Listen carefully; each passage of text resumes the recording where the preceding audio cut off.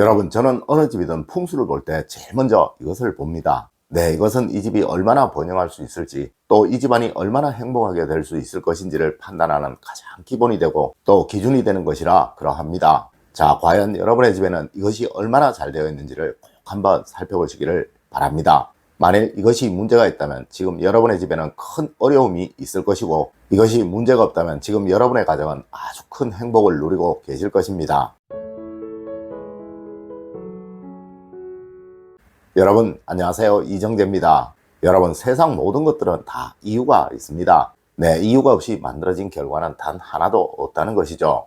여러분, 오늘 알려드릴 것들은 우리 정통 풍수학에서 말하는 집안의 번영을 위해 있어야 하는 가장 기본 중에 기본인 것입니다. 하지만 분명 여러분들은 이것을 잘못해 두고 계시는 경우가 참 많으실 거예요. 네, 꼭 한번 체크해 보세요. 분명 이것이 여러분의 가정에 기의 흐름을 막고 있거나 또 방해하고 있기에 좋은 운들이 들어오고 있지 못하는 경우가 대부분일 것입니다. 첫 번째로, 여러분의 집안에 있는 책들을 한번 보십시오. 여러분, 책의 위치와 놓여진 상태는 바로 이 집안의 번영운과 성취운이 얼마나 강하게 살아있는가를 측정하는 기본 중에 기본입니다. 네, 책이 함부로 놓여져 있거나 여기저기에 방치된 채로 놓여져 있는 집은 절대 그 집안의 남자들의 성취운이 살아나지 않게 된다는 것이죠. 하여 과거 우리 조상님들은 책장 정리가 원칙이었으며, 또한 선비들이라면 반드시 책을 반듯반듯하게 놓아두는 것이 또한 철칙이었습니다. 물론 지금도 여러분들이 자주 방문하시는 큰 병원이나 큰 호텔, 또 큰 회사들에서 책이 아주 보기 좋게 놓여져 있는 경우들을 많이 보실 거예요.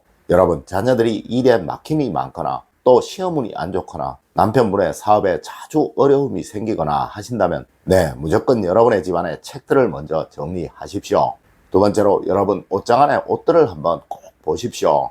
여러분, 사람으로 인한 어려움을 겪고 계시는 분들이시라면 무조건입니다. 네, 옷장 안에 옷들이 정리가 안 된 채로 놓여져 있거나 또 구겨져서 바로 입기가 어렵도록 되어 있거나 또 입어야 할 옷들이 찾기가 어려울 만큼 혼란스럽도록 되어 있을 것입니다. 여러분, 옷을 함부로 대하는 사람은 절대 사람으로 인한 복, 즉 인복을 얻지 못한다는 것은 풍수학에서는 가장 기본적인 원칙입니다. 그리고 이 옷은 자신감을 상징하는 가장 대표적인 풍수품이기도 하죠. 네, 무조건 입으실 옷만 옷장 안에 정리를 잘 하여서 넣어두시도록 하세요. 여러분, 그래야 여러분의 주변에 사람들이 많아지게 되며 또 이 중에서 귀인도 생기게 되고, 또한 이로 인해 여러분의 삶도 한순간에 변할 수 있게 되는 것입니다.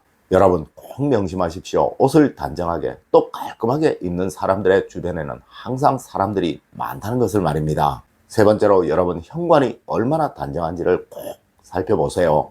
여러분은 얼마나 사람들에게 귀함을 얻고 계시나요? 혹시 여러분이 속한 단체에서 여러분에 대한 존재감이 전혀 없지는 않으시나요? 만일 그러하다면 분명 여러분의 집 현관은 아주 복잡하거나 또 좁게 느껴지거나 혼란스러우실 것입니다.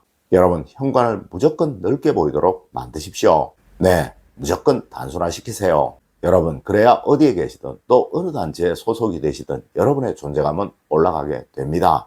네 번째로, 여러분 주방의 싱크대는 바로 돈의 흐름을 말하는 곳입니다. 여러분, 들어오는 돈이 많으신가요? 아니면 나가는 돈이 많으신가요? 혹시 돈을 아무리 모으려고 해도 알 수 없는 일들로 인해 계속 돈이 나가고 있지는 않으신가요? 아니면 늘 돈의 부족으로 인해 고민을 하고 계시는가요? 네, 그러하시다면 지금 당장 싱크대를 한번 보십시오. 여러분, 부잣집의 싱크대는 정말 아주 깨끗합니다. 절대 씻지 않은 그릇들이나 음식물 찌꺼기가 이곳에 남아있는 경우가 없다는 것이죠. 네, 이것이 바로 선한 재물운, 즉 좋은 재물운을 만들고 있는 것입니다. 맞습니다. 이곳은 바로 재물운을 상징하는 곳이니까요. 여러분, 이곳이 더러우면 절대 집안에 재물이 모이질 않게 됩니다. 항상 깨끗하게 단정하게 하십시오. 분명 여러분이 먼저 재물운이 살아나는 것을 느끼시게 될 것입니다. 다섯 번째로, 여러분 가훈이 없는 집은 절대 번영할 수가 없습니다. 여러분, 갈팡질팡하거나 또 목적이 없이 나서는 것을 우리는 방황을 한다고 이야기를 합니다. 네, 방황을 하는 사람이 한 가지 일에 매진을 하여 번영을 이루어내는 경우는 절대로 없죠. 맞습니다. 어느 집이든 발전하는 삶을 살아가기 위해서는 반드시 가훈이 있어야 하는 거예요. 네, 물론 가족 각자마다의 좌우명도 있다면 더욱 좋겠죠. 여러분의 마음속에 흔들리지 않는 마음을 만들어주는 것이 바로 이것입니다. 하여 과거 우리 조상님들은 어느 집이든 가훈이 없었던 경우가 없었던 거예요. 물론 지금도 부를 이어가고 또 발전시키는 집에서는 무조건 가훈을 가지고 있으며 또 이것을 마음에 새기기 위해서 노력들을 하고 있습니다. 네, 제가 풍수학 강연을 나가면 가장 강조를 하는 것이 바로 이것이며 또한 부를 이어가고 키워가는 것으로 항상 첫 번째로 말하는 것이 바로 이것입니다. 여러분, 집안에 가훈을 두세요. 그리고 좌우명을 꼭 하나씩 만드세요. 네, 그것이 성공으로 가는 가장 빠른 길입니다. 여섯 번째로, 침대 밑이 더러운 가정은 부부간에 화합이 없습니다. 여러분, 미국의 백만장자들이 무조건 하는 습관이 바로 아침에 일어나서 제일 먼저 친구를 정리하는 것이라고 합니다. 물론 우리도 남자들이 군대를 가면 제일 먼저 하는 것이 바로 친구의 각을 잡는 것이죠. 네, 또 우리 조상님들도 친구가 반듯하지 않으면 부부간에 정이 없어진다고 하여 이 친구는 무조건 정갈하게 또 깨끗하게 하는 것이 원칙이기도 하셨습니다. 맞습니다. 집안의 질서와 균형을 만드는 데는 이것보다 좋은 풍수법은 없다는 것이죠.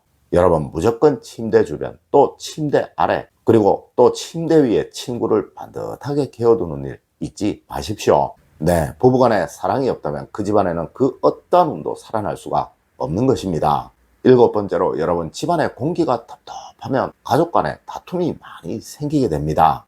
여러분, 혹시 식물들이 많이 죽거나 시들지 않으시나요? 만일 그러하시다면 여러분의 가정은 불화가 많은 가정입니다. 네, 늘 자주 환기를 시켜주세요. 이것은 분명 여러분의 가정을 화목한 가정으로 바꾸어 줄 것입니다. 여러분, 우리 조상님들이 집안에 나무를 많이 심으셨던 것은 신선한 공기가 정신을 맑게 하여 올바른 판단력을 가질 수 있도록 해준다라고 생각하셨기에 그러하셨던 것입니다. 네, 가족 사랑은 바로 여기에서부터 시작되는 거예요.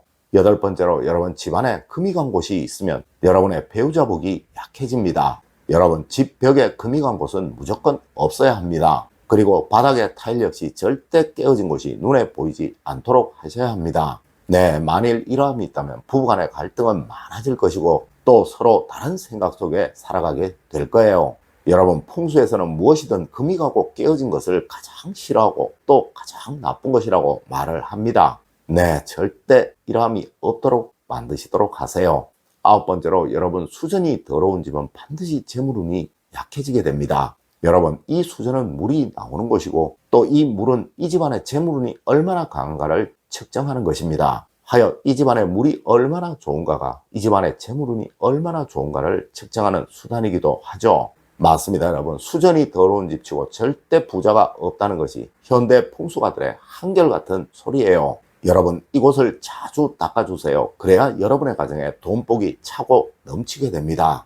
여러분, 오늘은 가정의 문제점별로 보아야 할 풍수에 관해 이야기를 해드렸습니다. 오늘 제가 알려드린 이야기 여러분들 꼭 명심하셔서 늘 여러분의 가정에 행복과 번영만 가득하시기를 기원드리며 오늘의 이야기를 마치도록 하겠습니다. 늘 올바른 학문과 올바른 지식을 여러분들께 전하도록 노력하겠습니다. 여러분, 긴 시간 감사드립니다. 감사합니다.